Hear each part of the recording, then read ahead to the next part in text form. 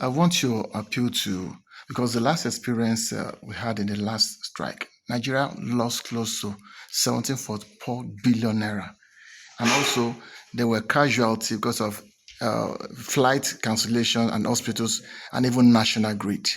With the concern of the federal government posting it to pay 62,000 and Labour said they want to embark on another strike, what are you appealing to both parties in the interest of Nigerians? Because Nigerians are hungry.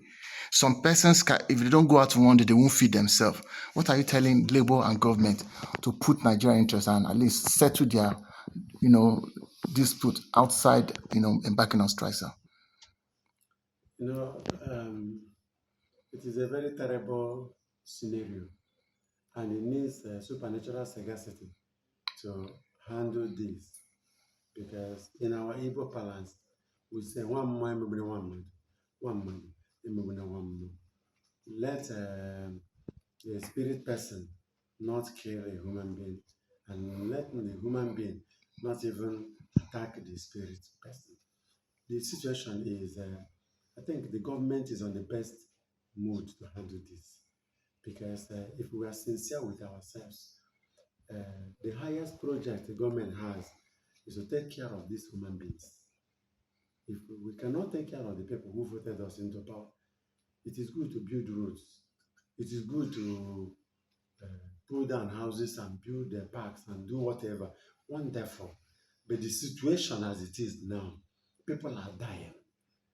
If you have built airports in every corner and there are no people to use the airports, what have you achieved?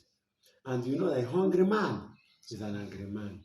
The difference between hunger and anger is only H.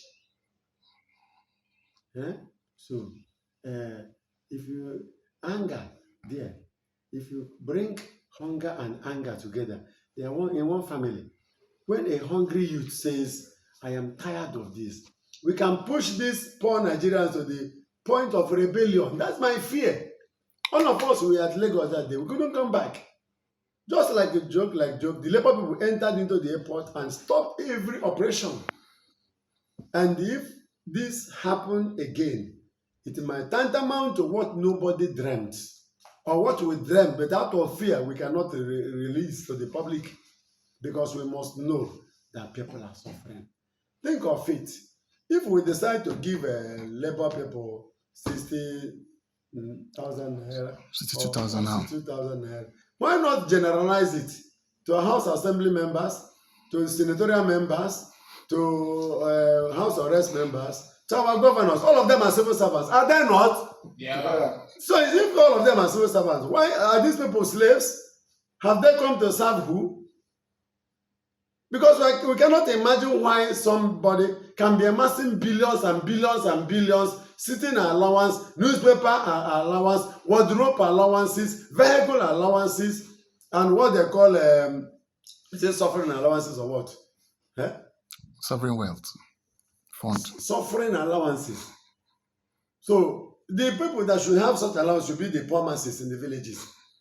If a teacher, how much are they being paid for those who are grooming our children for us?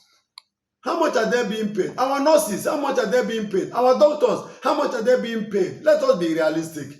Our civil servants that wake up from Monday, about 20 years ago, in one of my preachings, I told them that a time is coming when there will be kidnapping in this country. Because I'm a prophet of doom. It can never happen. How can you be selling people and they'll be paying to retrieve themselves? What is happening now?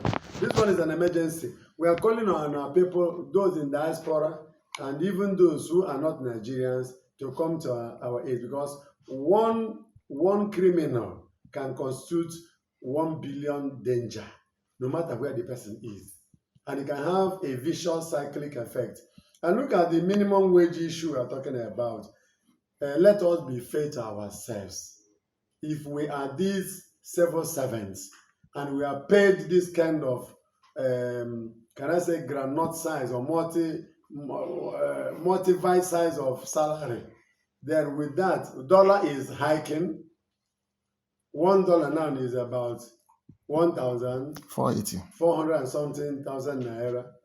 Now, house rents are on hike, on terrible increase. Food materials go and price one painter of rice, one painter of beans or garri. A family that has five and is paid this miniature of salary, how will the family survive and still pay for school fees and transport oneself to work and take care of oneself in the hospital if sick and even be able to drink water?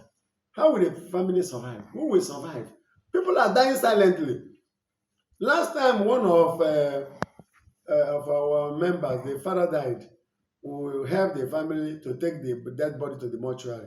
We visited about three mortuaries, there was no space. Dead body filled many mortuaries. People are dying silently.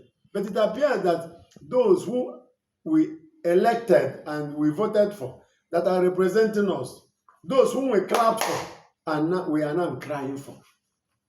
So I am thinking that it's a matter of urgency. What happened a few days ago? If anybody told our leaders that these poor labor people could hold everybody at hostage for days, nobody will believe it. And if we are not careful, a time is coming when something worse than that strike may happen. So it is a matter of urgency. Let us do whatever we can and do away with this rubbish crime created by unhealthy leadership. All right. Well said. Lastly, what you just the last word on healthy leadership and the will.